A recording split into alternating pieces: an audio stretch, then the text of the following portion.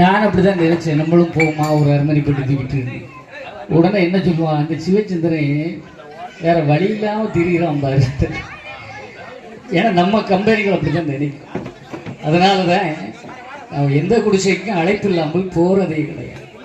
யாராவது அழைத்தால் உங்களுக்கு நான் வருகிறேன் என்ற செய்தி கைபேசி மூலம் வந்திருக்கும். ஆனால் அந்த கைபேசி மூலம் வந்த செய்தியை பார்த்து அழைத்தவர்கள் குடிசைகளுக்குத்தான் அடியேன் சென்றேன். அப்படி இருந்தும் அழையாத மக்கள் என்று என் அன்பு மக்கள், என் அன்பு பிள்ளைகள் நிறைய பேர் அவருடைய அங்கிருந்து 90 பேர் அங்கிருந்து வந்திருக்கிறார்கள் என்றால் நான் பெற்ற பெரும் பாக்கியம்.